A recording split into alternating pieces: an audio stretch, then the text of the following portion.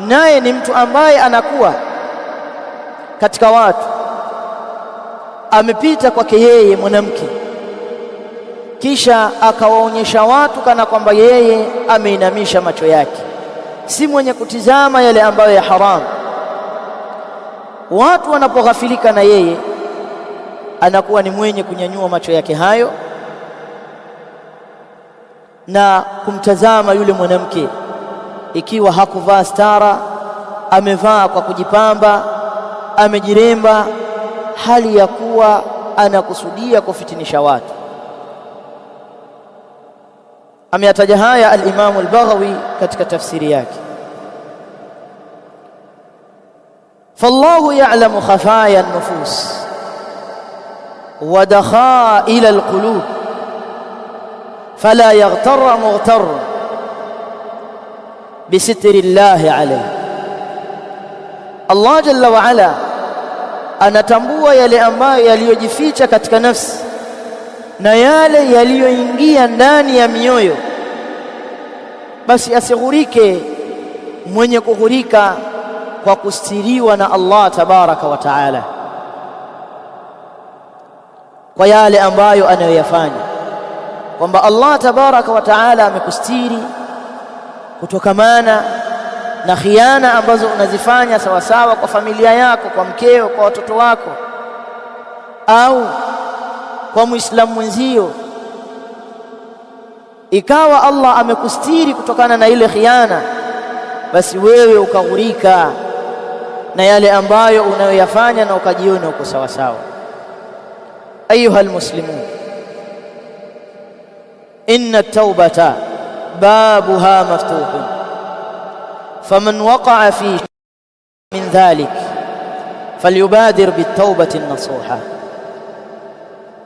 وليقطع أسباب الفتن وليكثر من الاستغفار والأعمال الصالحة. Enyi Waislamu, kwa hakika ya tauba mlango wake uko wazi. Yule ambaye atakayeingia katika chochote kile katika yale ambayo ya kumkosea Allah subhanahu wa ta'ala, ukaingia katika khiana katika familia yako, kwa watoto wako, kwa wanafunzi wako, basi ni juu yako upupia kutubia kwa Allah subhanahu wa ta'ala tauba ya kikweli, tauba ya sawasawa, na ni juu yako kukata zile sababu za fitna, sababu ambazo zitakazokupelekea wewe kuingia katika fitna, na ukithirishe kuleta istighfar na kufanya matendo yaliyokuwa mema. Qala Allahu jalla wa ala, watubu ila Allahi jami'an ayyuha almu'minun la'allakum tuflihun.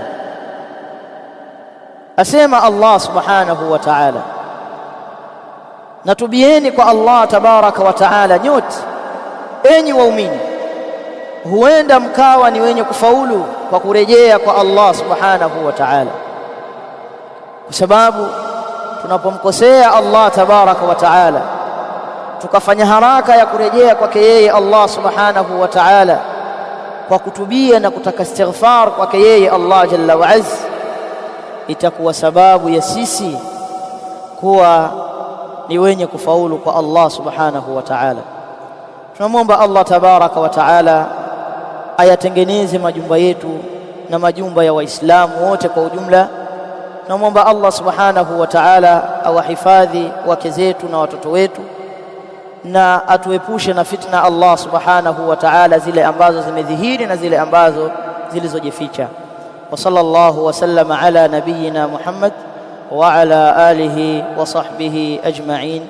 سبحانك اللهم بحمدك أشهد أن لا إله إلا أنت أستغفرك وأتوب إليك. جزاكم الله خيرا.